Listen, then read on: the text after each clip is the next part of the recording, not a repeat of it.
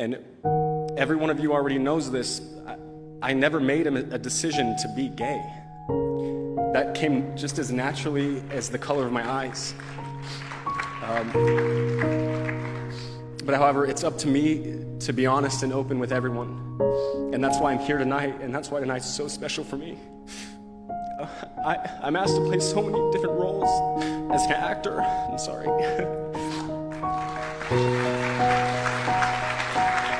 Tonight, I can actually be myself for the first time. It feels incredible.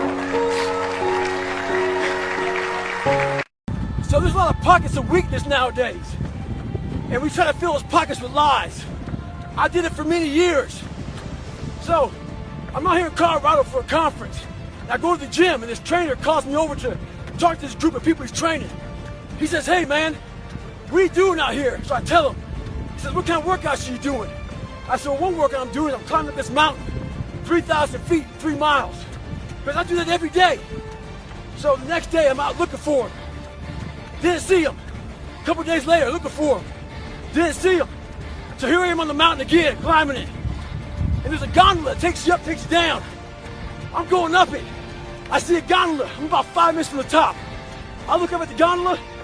I see him, face pressed up against the window, looking at me, our eyes meet. It's called the look.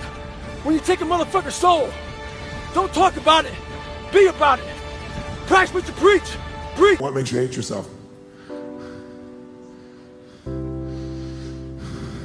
Is it the red shoes? What? Is it the red shoes? No. Are you sure? Because they're fucking red.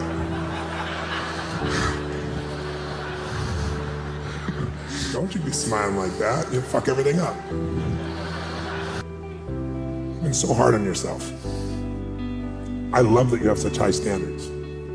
But those aren't high standards. That's called perfection. And most people overestimate what they can do in a year, and they underestimate what they can do in 2 or 3 decades. And you haven't been around long enough to have those extra 2 or 3 decades. So don't fuck it up. There's time. And if you'll be a little more loving to yourself, I think you're gonna find you got a lot. I don't respect a lot of people. Because how am I going to respect you, not you personally, Not sure. but anybody, if you're not fucking grinding every day? You got to work your fucking ass off. That's where I gain respect for you. So if you're working hard every day, now you have an opinion in my eyes. But if you're just a guy who talks shit and you live this fucking life of talking shit, come on, dude. I understand one thing. You're just talking shit. But if I see you every fucking day of your life trying to be better, every day going through all the wickets to be better, you got my attention. I respect you now. 7 rules of life. Number 1, let it go. Never ruin a good day by thinking about a bad yesterday. Number 2, ignore them. Don't listen to other people. Live a life that's empowering to you. Number 3, give it time. Time heals everything. Number 4, don't compare. The only person you should try to beat is the person you were yesterday. How well you want to do, and particularly if you're starting a company, you need to work super hard. So what does super hard mean? Well, when my brother and I were starting our first company, instead of getting an apartment, we just rented a small office and we slept on the couch. And we showered at the YMCA, and we're so hot up we had one computer, so the website was up during the day, and I was coding at night, 7 days a week, all the time. And I sort of briefly had a girlfriend in that period, and in order to be with me, she'd have to sleep in the office. So work hard, like every waking hour. That's the thing I would say particularly if you're starting a company.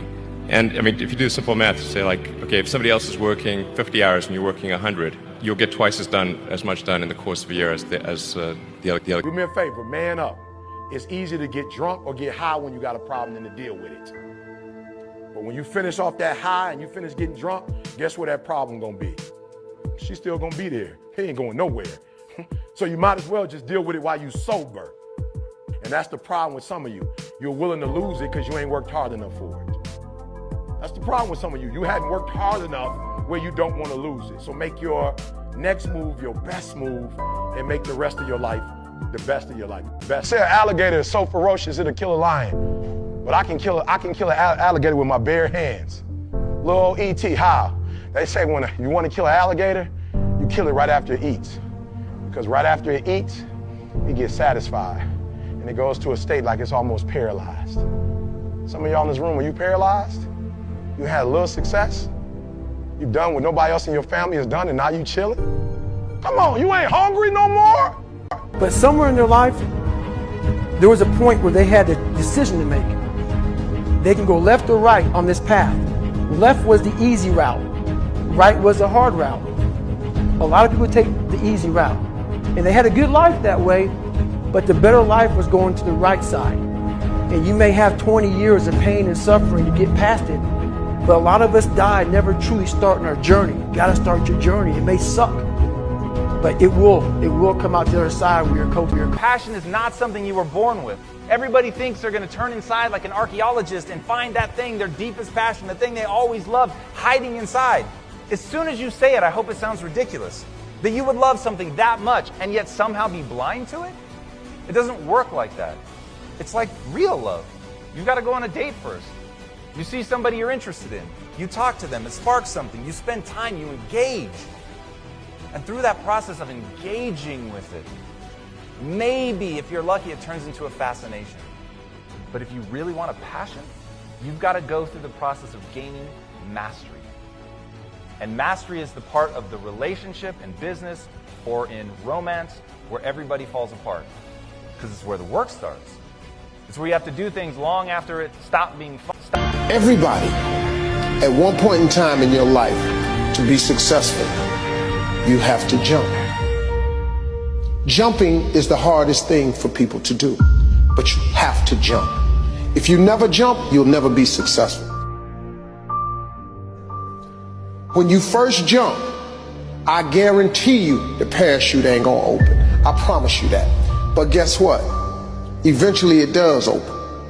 And then you start your glide, but it starts with the jump. You have to jump, man. A teacher once said to his class, "This is a $100 bill. What value has it?" $100, the students replied. He crumbled it up and he said, "How much value has it got now?" "Well, $100, they said. He threw it on the ground and he said, "How much value has it got now?" "Well, it's $100.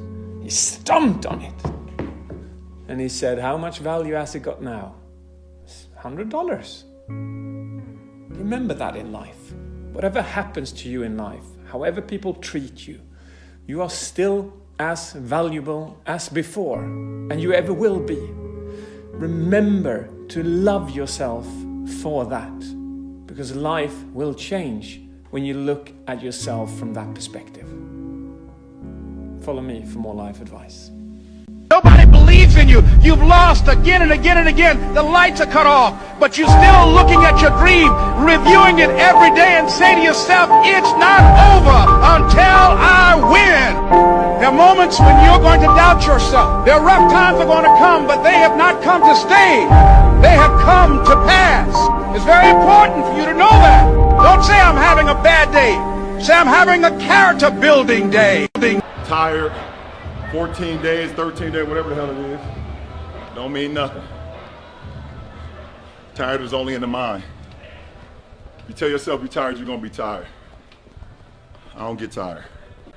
When God gives you your next opportunity, move. And if you are not moving, something is broken. And you have 1,000 chances to give up, but don't do it. Keep on moving. You ever see me in a Rolls Royce, a private plane, a 6 or 7 star hotel, living my life to the fullest? Don't hate on me. Don't get jealous of me, because I work my ass off to get it. Everything about my life and career, I've earned it. Ain't nobody gave me shit. Nobody handed me nothing. If you want it, go get it. It's time to take shit to another level. It's game on. It's focused. You can love someone and still choose to say goodbye to them. You can miss a person every day and still be glad that they're no longer in your life. It's necessary for everything you do in your life. You have to be self-disciplined. Working out, you got to work out every day. You got to stay in shape. If you want to, if you don't stay in shape, you die. When I'm working out, I always do one extra rep, one extra set, because it's a promise I kept to myself. But working out might not be a priority for every single day because you've got things going on in your business world and with your family and all that. So guess what? It's a priority for my life, so I do it in the morning before my day even starts.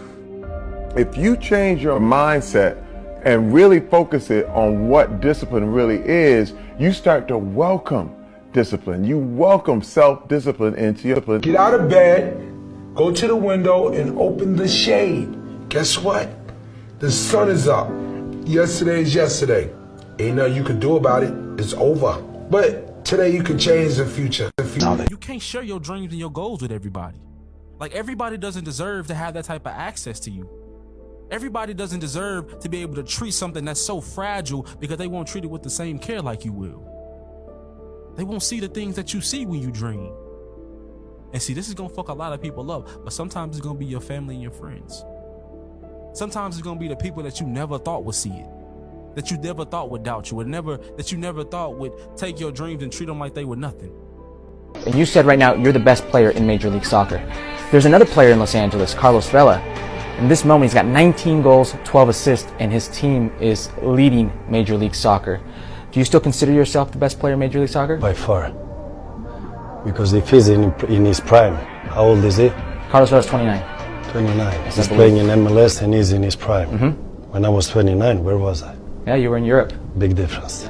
Big difference. Always trust everyone to be themselves, but trust in the fact that you can see them well. You know what I mean? So it's like, trust.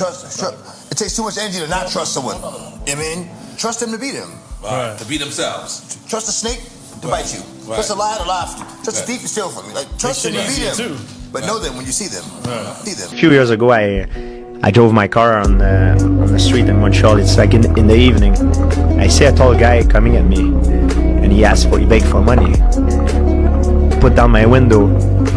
This guy, I swear it's true story. He's the guy that used to bully me in school. I said, hey, wait a second. I parked my car, park the car, go talk to him. And he thought I would be angry because when he see me, he saw his reaction, like shoot, like now I'm world champion, like I can beat him up, Right. I go to him, I say, what you do here, man? He's like, He's like, yeah, I know, but things doesn't go well for me, I give him what I have left on me, like I don't remember, like 100 something. Are you afraid of dying? No, not at all. Do you think you go somewhere? No. The one thing I can't understand, I can't grasp my mind around, I feel when you die, there's just nothing. It's like when you're asleep and you're not dreaming. But I can't imagine nothingness lasting forever. That's the thing that I cannot get. I can't grasp. To not exist forever.